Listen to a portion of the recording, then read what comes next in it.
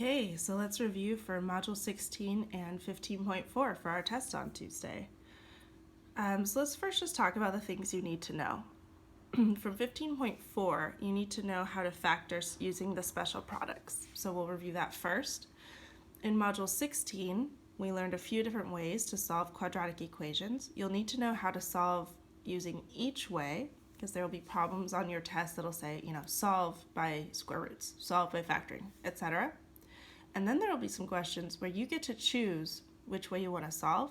So I'll also briefly talk about, kind of your best strategy with, which method you should use for which kinds of problems. So let's get started. 15.4 was factoring using special products. So let's look at the first example.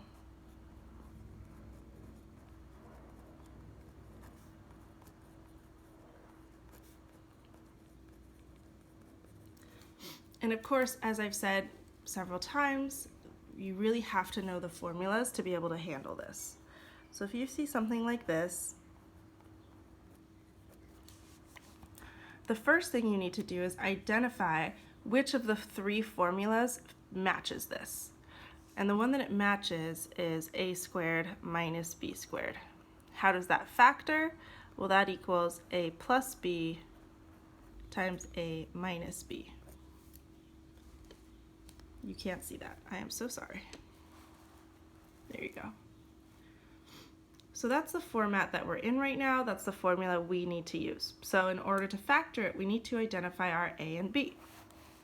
Well, 16x squared, that's the same thing as 4x all squared. 49, that's just 7 squared. So that means that my a is 4x and my b is 7, because this is then a squared minus b squared.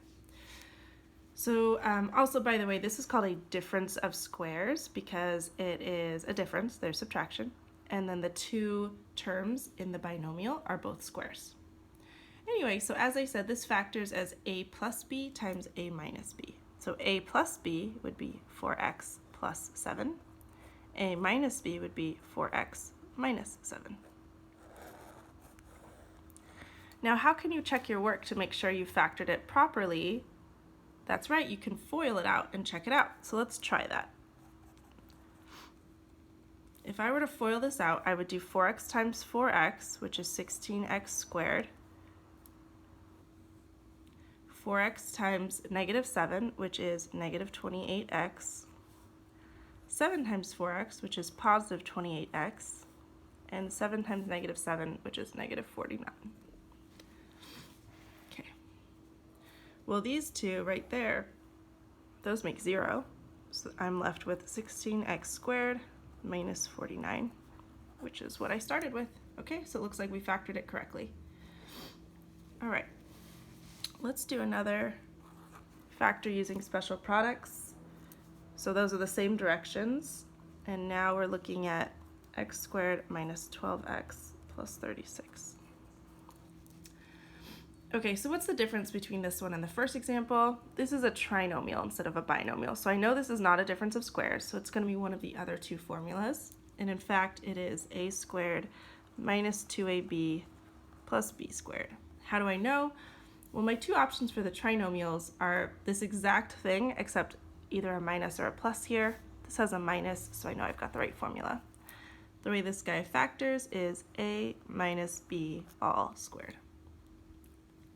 Once again, I have to identify my a and b. Easiest way to do that is rewrite the first and last term as something squared. First term is pretty easy here. It's just x squared. 36, well, that's just 6 squared. Let's check the middle to make sure it checks out. So according to this, it should be negative 2 times a times b. So it should be negative 2 times, well, what's my a?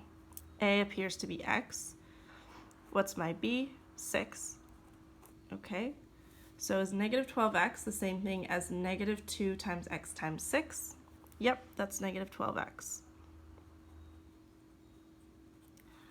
Great. So now we know for sure that our a is x, our b is 6, And according to the formula, that factors as x minus 6 all squared.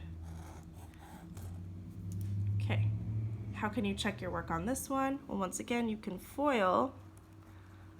So x minus 6 all squared means x minus 6 times x minus 6. If we FOIL that out, I get x squared minus 6x minus 6x plus 36. Okay. These here make negative 12x, so that's x squared minus 12x plus 36. Yep, looks good. Okay, so for 15.4, there are 3 formulas. We saw examples of 2 of them. The other formula, as a reminder, is a squared plus 2ab plus b squared. And how does that factor? As a plus b all squared. So you definitely still need to know these. Remember, the formulas also apply to completing the square, which is a Module 16 topic. So regardless, you need to know your formulas. All right. Speaking of Module 16, let's dive right in. So remember I said in Module 16, we learned several methods for solving a quadratic equation. So we'll just go in order. The first method we learned was solve by using square roots. So for Module 16, example 1, you're solving using square roots. Okay.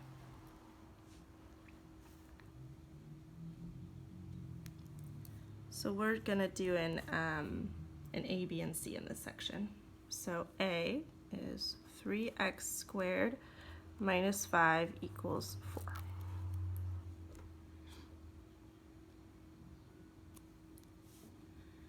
Okay, when you're solving using square roots, your ultimate goal is to isolate the thing that's being squared. You want to get it by itself. So right now what's being squared is just this little x guy right here, x squared. So to isolate him, the first thing I should do is add 5 to both sides.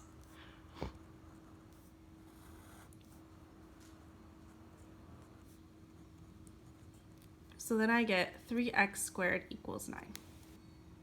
Okay, he's still not isolated. He's still got that pesky 3 there, so to get rid of that, I'll divide by 3 on both sides. And now I've got x squared equals 3. Now I have isolated my squared term, or squared thing. So how do I solve for x? We use a square root. Remembering that on the right side we put a plus or minus. Why do we do that? Because a positive number squared and a negative number squared will both result in a positive answer. So there's going to be 2 ways to square something and get 3 as your answer. Okay, so now at this point is where we'd want to take the square root or reduce the square root if possible. 3 is a prime number, and there is no perfect square root of 3. So that means that our answer is just x equals positive root 3 and x equals negative root 3. Or if you want, you can just write it as plus or minus root 3. That would also be okay. Either of those is acceptable as your answer. I like to write them out separately so you can see the 2 separate answers, but once again, that's up to you. Okay, let's look at another one.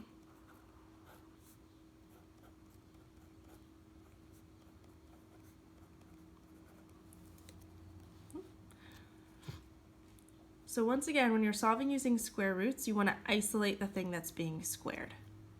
So right now what's being squared is this whole x minus 1, but it's not alone. There's also this pesky plus 2. So I'm going to go ahead and subtract that from both sides.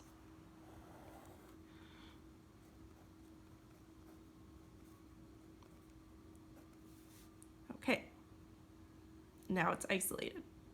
So now that it's isolated, I can go ahead and take a square root, and I need to remember on the right side, plus or minus. Now the square root of 1 is just 1, so that's helpful. So I'm getting x minus 1 equals positive 1, and x minus 1 equals negative 1.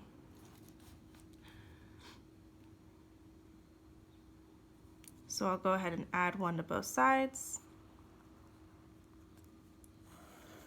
I'm getting x equals 2 and x equals 0. So those are my 2 answers. Okay, great. I had one more I wanted to show in the solve using square root section, but I do need to turn my page. So I'll go ahead and do that now.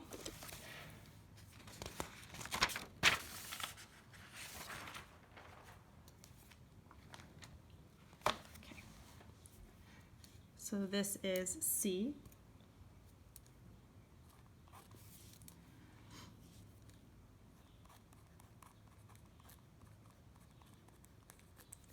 Okay. So once again, your first, well, not first, but the thing that you need to do is isolate what's being squared so that you can take a square root. And that's already isolated. The only thing on this side is something squared. So right now is when we would want to dive in and take a square root and put a plus or minus. But I'm hoping right now you're seeing an issue. I'm hoping right away you're going, whoa, whoa, whoa, whoa, that's not okay. Why is that not okay? Because of the -9. You cannot take a square root of a negative number.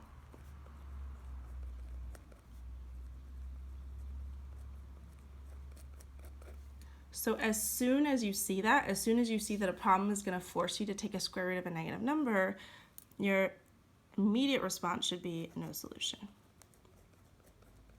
Okay. So to recap, our squared thing was already isolated. So our next step would be to immediately dive into taking a square root of both sides. The problem is there is no square root of -9, so you can't take the square root of a negative number. You'll learn about something called imaginary numbers later on in your math career, but for now, we're in the realm of real numbers only. There's no real number that when I squared it, I would get a -9, because remember, when you square something, even if it started out negative, your answer will always be positive. So this is not possible. No solution. Okay, so that was solving using square roots. The next method we talked about was solving by factoring. So we will talk about that now. This is example 2.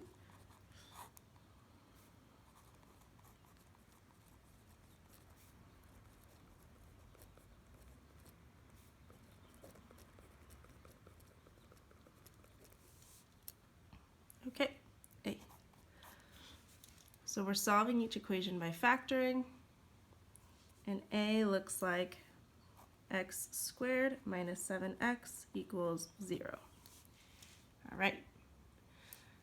So remember, when you're factoring, the very first thing you need to look for is a GCF. And these two terms have a greatest common factor. What is it? It's x. So if I factor out an x, I get x times x minus 7. So I took out a GCF. That should always be the first thing you look for when you're factoring. Okay, now what? Now you use the zero product property, or the ZPP, which you know I love. You separate everything that's being multiplied together and set each thing equal to 0. So this x will be set to 0, and this x minus 7 will be set to 0. Now that one's already solved for, so that's one of my answers. Here, I still need to solve for x. I'm getting x equals 7. Now how can you check these answers? You can plug them each in to this original problem. We can try that out. I'll show you. So if I check 0 first, I would do 0 squared minus 7 times 0 equals 0. That's 0 minus 0 equals 0. That's true. Okay, I'll check 7 now. 7 squared minus 7, that was a weird 7. 7 times 7 equals 0. That's 49 minus 49 equals 0. That is true also. So both of our answers worked out. We nailed it. Okay. Next one.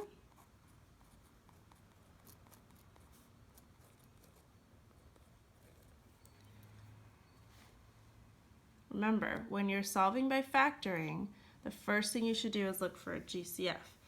And I believe we've got one here. I think 4 goes into everything.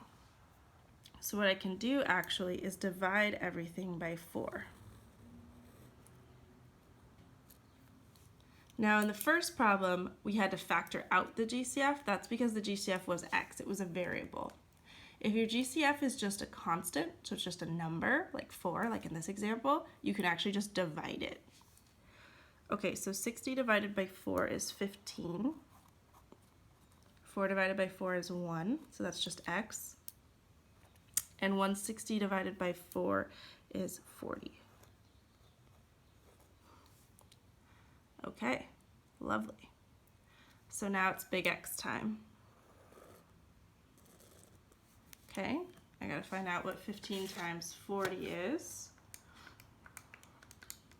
It's 600, so that goes up here, negative 600, and then positive 1 down here. So now I have to figure out two things that multiply to make negative 600 and add to make 1. So I'm just gonna be doing that here on my calculator. Just dividing 600 by various things to see what I get.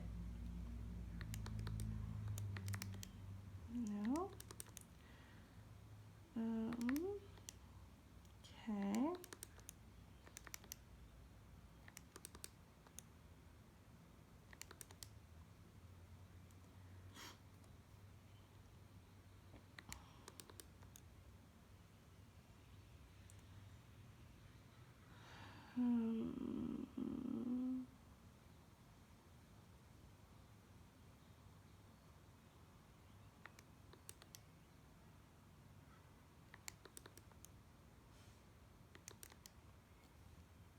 $30 and $20 does not work.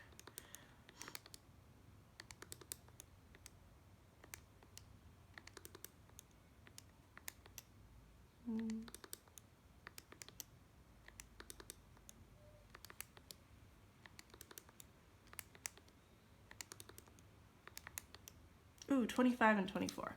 Okay, sorry that took me a little while, but as you can see, when you can't find the factors right away, you just kind of have to persevere. So to make a positive one, I need positive 25 and negative 24. So all I was doing over here was just dividing 600 by various numbers to see what I got and to see if there was any way to combine them to get 1. So the first thing I looked at was like 30, but that was 30 and 20, and 30 and 20, there's no way to make 1. So I just kept trying other numbers, and I finally got to 25 and 24 makes 600. 25 and negative 24 multiplied makes negative 600, and when you add them, it makes positive 1.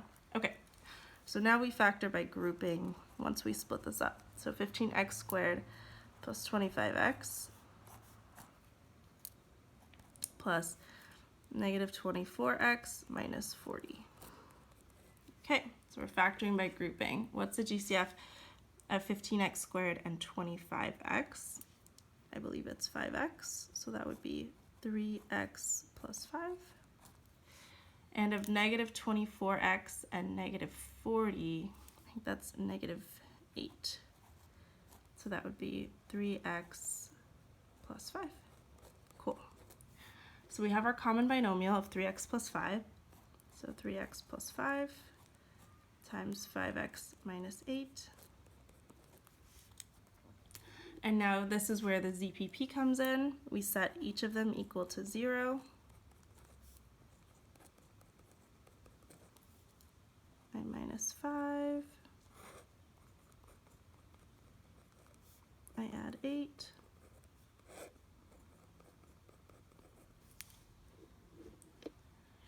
Now I'll divide by 3 and divide by 5. So I'm getting x equals negative 5/3 and 8/5. Okay.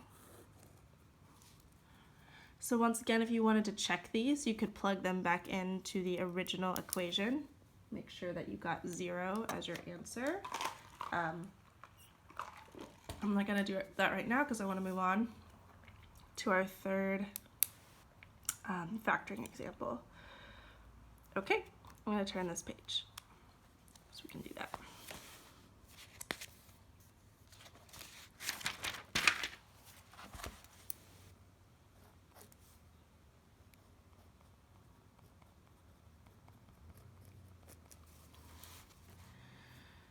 right, in order to factor and then use the zero product property, you have to have 0 on one side. So right away you should recognize you need to add 16x over. And this trinomial needs to be in descending order, so it's got to go 5x squared, then plus 16x, then plus 3. Okay. Is there a GCF I can divide out? No. 5 and 3 are both prime. No way. Okay, so I go straight to my big X. I do 5 times 3 is 15 up here. 16 goes down here. This is a much easier one. This would just be 15 and 1. That was a lot easier to figure out what would go here this time. Okay, so now I rewrite it. 5x squared plus 15x plus 1 just means 1x. You can write the 1 or you don't have to. X plus 3. Okay, so our GCF here would be 5x, x plus 3. And here, they don't have anything in common except for 1, so 1 is their GCF. Okay, our common binomial is x plus 3, and we've got 5x plus 1 equals 0. So now we use the zero product property, set them both equal to 0. I'm getting x is -3, and x is -1/5. I just subtracted 3, and here I subtracted 1 and divided by 5.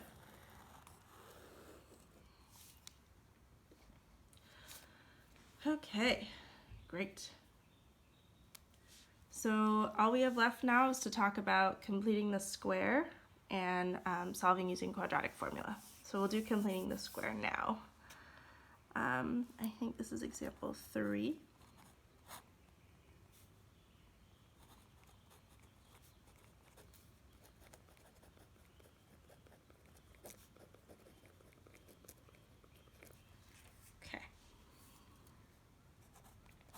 So the first one we'll look at is x squared plus 8x plus 11 equals 0.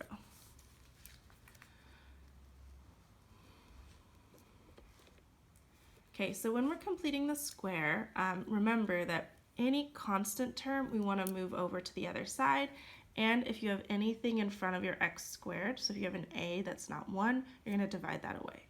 We don't have that, but we do have this constant term, so I'll subtract that over.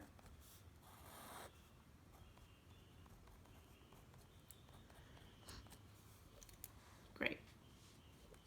So now I need to figure out what I'm adding to complete my square. So remember, I take this number and I say that's 2b. Where does that come from? As a reminder, we're looking at the perfect square trinomial format of this. A squared plus 2ab plus b squared. So if this is a squared and this is 2ab, then 2b must be 8 because the a is the x. So I solve for b. B is 4. But I don't want to add b to both sides. Check it out. I want b squared. So b squared is 16. And that's what I add here. And I have to add it on the right side because if you add something to one side, you have to add it to the right, or the other side as well, I should say, because your equation has to stay balanced. It still has to be equal. Okay, so why did I do that? Now here on the left, I have a perfect square trinomial, and the way that guy factors, remember, is a plus b all squared. Well, we know our a is x, our a will always be x, plus we found our b, it was 4 squared. And then I'll just add -11 and 16, and that is 5. Okay, why did I do that? Because now I can use square roots. I can go square root here, don't forget my plus or minus. Okay, there's no nice square root of 5, so I'm just going to leave him in the radical. So I'm getting x plus 4 equals positive root 5, and x plus 4 equals negative root 5. And then to solve for x, I will subtract the 4. So I'm getting x equals positive root 5 minus 4 and negative root 5 minus 4. Or if you want, you can leave it as plus or minus root 5 minus 4. Like I said, I like writing out my two separate answers separately, but this would also be acceptable. So that was a fairly nice one. I know we don't love the root 5. We wish it would be a nice number we could take the square root of. Let's say it had been square root 25. Well, that would just be 5, so that's what we would have written here, and then we would have subtracted 4. So it would be a little bit nicer. This one, not so nice because we leave the 5 in the radical, but still, this problem wasn't that bad. Let's look at a harder completing the square problem. So this is 9x squared plus 18x minus 8 equals 5. Okay, why do I immediately know this one's harder? Because I have an a that is not 1. I'm going to have to divide that away. But before I do that, I'm going to add my 8 over. Remember, we don't like having constants hanging around. So this is 9x squared plus 18x equals whatever 8 and 5 is. That's 13. So now I have to divide everything by 9. And I'm getting x squared plus 2x equals 13 over 9 because I can't reduce that fraction. 13 is prime. Okay, so remember, now I find my b. So I say 2b equals 2. Divide by 2. b is 1. b squared would also be 1. So to complete the square here, I would do x, oopsie, sorry, no parentheses. X squared plus 2x plus, I'm adding b squared, so plus 1 equals 13 over 9 plus 1. I have to add it to both sides to keep my equation balanced. On the left side here, this guy factors. He becomes x plus 1 all squared, so that's a plus b, equals, on this side, I need a common denominator to add them, so I'll multiply this guy by 9 over 9. So it's now 13 ninths plus 9 ninths. So x plus 1 all squared is 13 plus 9 is 22.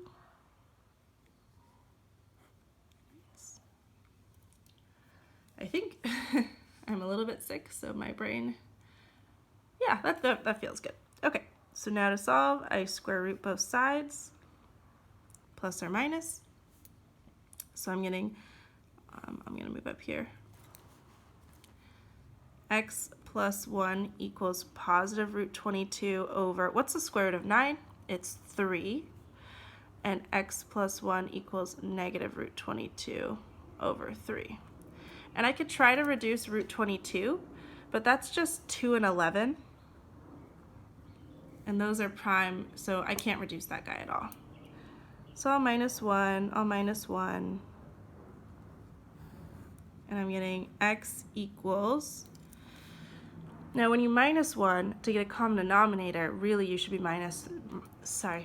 you should really be subtracting 3 over 3. So this is really root 22 minus 3 all over 3 because they have a common denominator, and negative root 22 minus 3 all over 3.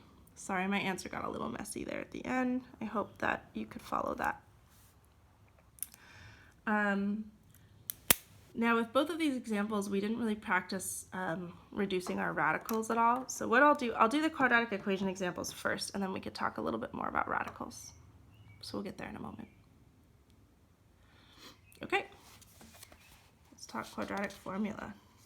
The other thing that you need to have memorized. So what you need to have memorized for this test are your 3 special products formulas. Those, remember, those are helpful in 15.4, and then they come back into play in completing the square. And then you also need to know the quadratic formula. So this is example 4. Solve using the quadratic formula. Okay, so like I said, you have to have it memorized. There's no getting around it. I'm going to go ahead and write it down before we do any problems. I'm not going to sing the song because I am very sick, but I hope you're singing the song in your head. So x is negative b plus or minus the square root b squared minus 4ac all over 2a. All right, so let's look at our first problem. We have 2x squared minus 4x minus 30 equals 0. Okay. So this is going to be true of any of these problems throughout this whole chapter. You should really always be seeing if there's like a GCF first that you can divide away. And when I say GCF, I'm meaning specifically like a constant GCF. Reminder, if your GCF is a variable, you cannot divide it away. You can only factor it out. Here, our GCF would be a constant. It would be the number 2. So I'm going to divide everything by 2 before I get started. So this is x squared minus 2x minus 15 is 0. Now I can hear some of you in my head saying, wait, would we get the same answer if we didn't divide by 2? Yes, although your numbers are going to get kind of ugly inside your radical because of this 30. That's a pretty big number. So it's really in your best interest to divide by the GCF first, or else you're just going to have to reduce by it later. But yes, you can ultimately get the same answer. If you don't divide by the 2 from the beginning, you'll have to kind of handle it later. So let's identify our a, b, and c. Our a appears to be 1. There's nothing in front of my x squared anymore. My b is negative 2, and my c is negative 15.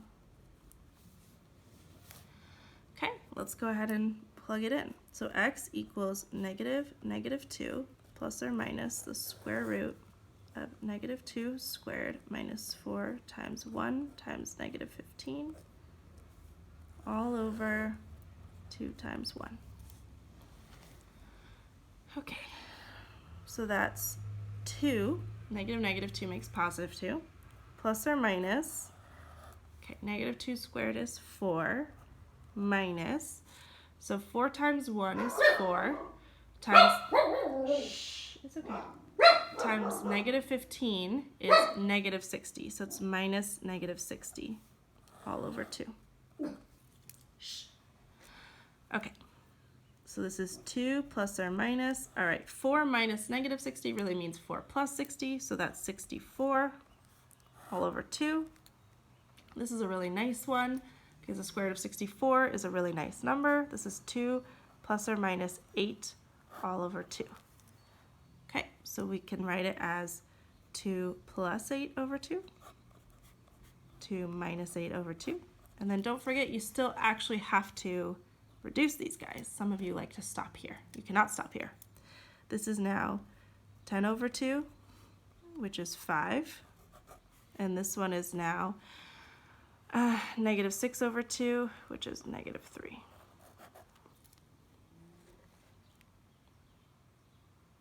Okay. Can you check these answers? Absolutely. You can plug 5 and negative 3 in at the beginning or even at this stage. Either of them would be fine to check your answer and make sure you got the right answers. I'll just remind you, I got 5 and negative 3. Okay, let's look at one more quadratic formula problem.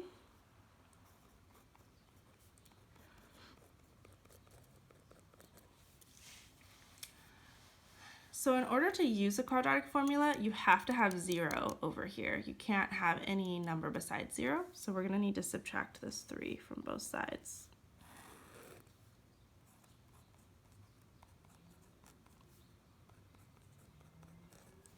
Okay, so now this is when I would look for a GCF. 19 is prime, so that messes this up, so no GCF for us. Okay, so my A is 6, my B is negative 10, and my C is negative 19. So x equals negative 10 plus or minus the square root of negative 10 squared minus 4 times 6 times negative 19 all over 2 times 6. So this is 10 plus or minus negative 10 squared is 100 minus, okay, I'm going to use my calculator now, so 4 times 6 times negative 19 is negative 456 all over 12. So this is 100 plus 456, so that is 556. Okay, so is there a square root of 556? Let's find out. There is not. So we're going to have to use a factor tree on this guy and see if we can reduce him. Let's see. Okay, so this is 4 and 139. 4 is 2 and 2. Does anything go into 139?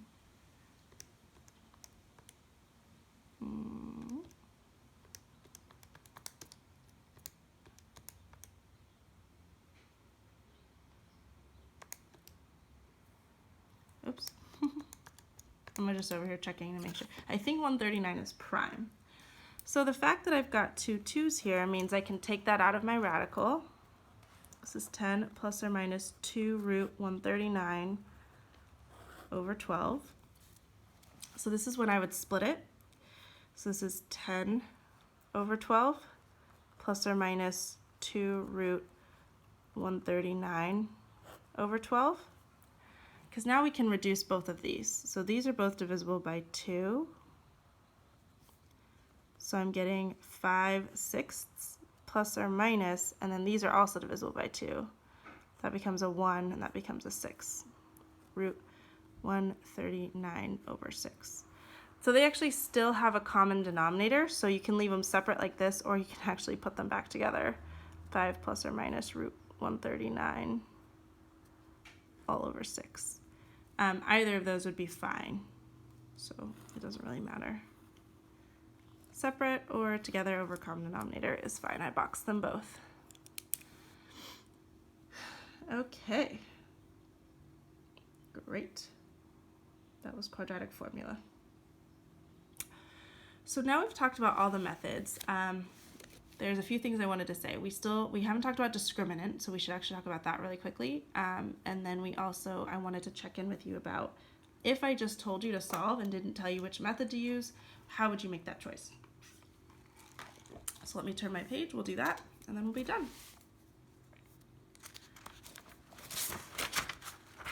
Okay, so let's quickly do the discriminant.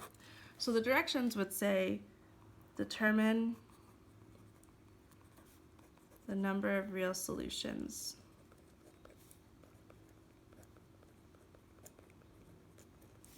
Or something to that effect. It would be about finding the number of real solutions. Okay, so I'm just kind of making this up as I go along. Let's say, shh, please stop. Okay, so to use the discriminant, remember the discriminant is the part of the quadratic formula that's inside the radical. So the discriminant is the b squared minus 4ac. So to figure out number of solutions, we use that. We use b squared minus 4ac. So b would be -3, so it's -3 squared minus 4. A would be 1, and c would be 6. So now that's 9 minus 4 times 1 times 6, which is just 4 times 6, which is 24. So 9 minus 24, I'm too sick to do this, is -15. I knew that. Okay, so now we check, is this negative, positive, or 0? It's negative. Since it's negative,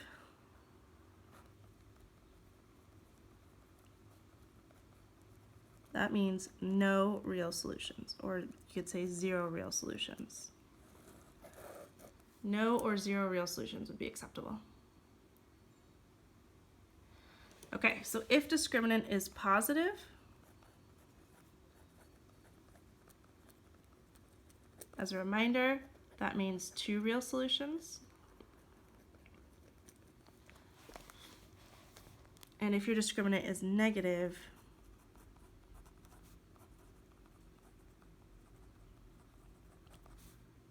we already did negative. I'm so sorry. If your discriminant is 0, like you go through this process and you actually get 0 here, that means 1 real solution. And this is in our notes from when we did the discriminant. I just wanted to remind you of that. Okay, now we've talked about all the topics, so now let's talk about if you get to use the method of your choice. So that's kind of what the directions would say, you know.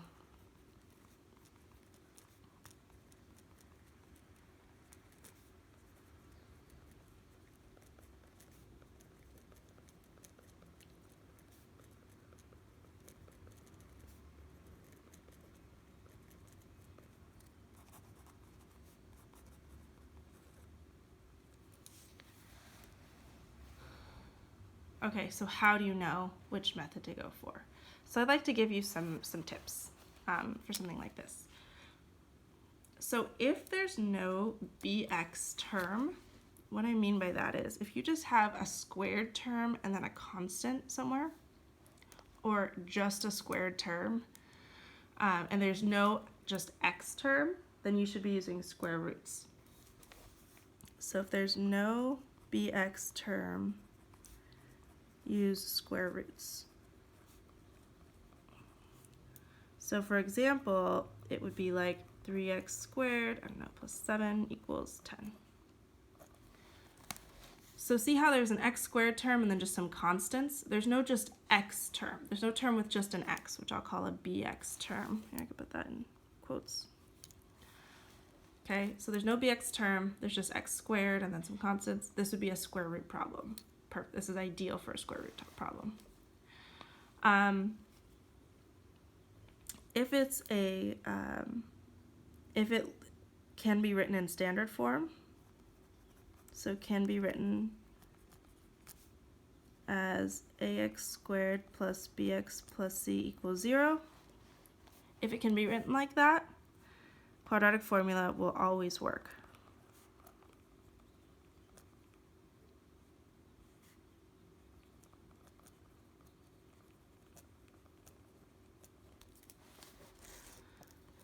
Completing the square will always work, but sometimes it gets a little, it can get a little ugly with fractions.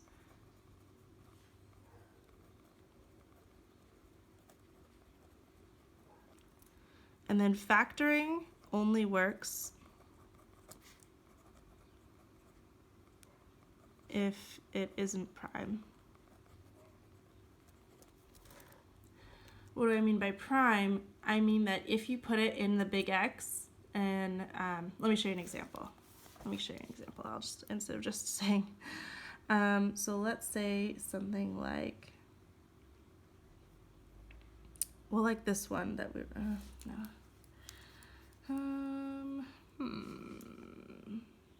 okay, like this one.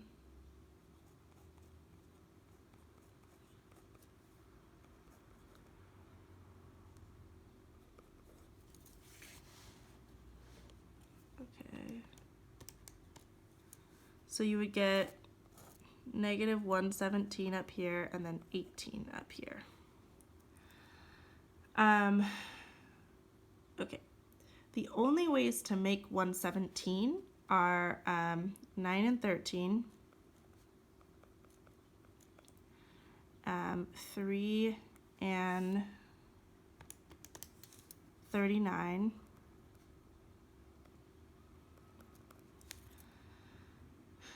and that is it. Those are the only two ways to make 117. And no matter which one I make negative on either of these pairs, I'm never going to get 18 as an answer. So that's why I know this guy's prime. There's no factors I can put here that will multiply to make negative 117 and add to make 18. There's no way to do it. So that means this guy is prime. If he's prime, then that means you should use quadratic formula or completing the square. So what I'm trying to say is this. I think, well, actually, let's write it down. Let's talk about a general strategy.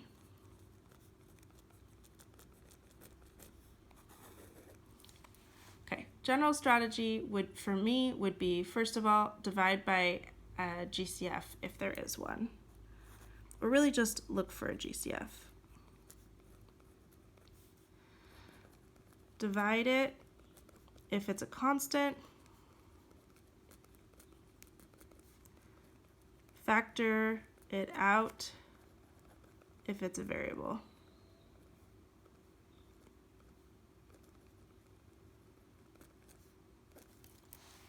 Okay, so that should be the first thing you're doing. Your general strategy is first, look for a GCF. Divide it if it's a constant, factor it out if it's a variable. That should be your first step no matter what.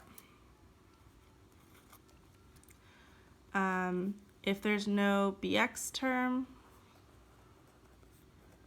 use square roots.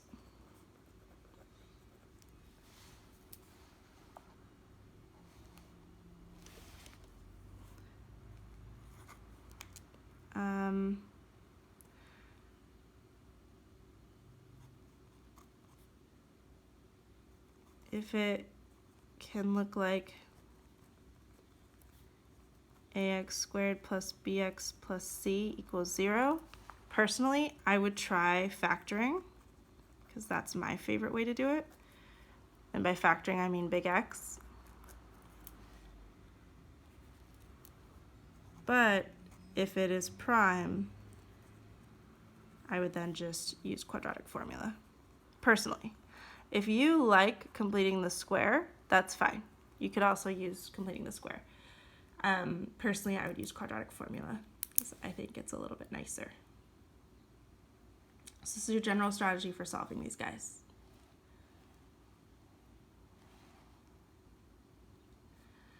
And then I'm realizing as we're doing this that the one thing we didn't really practice was completing the square with like a bunch of fractions.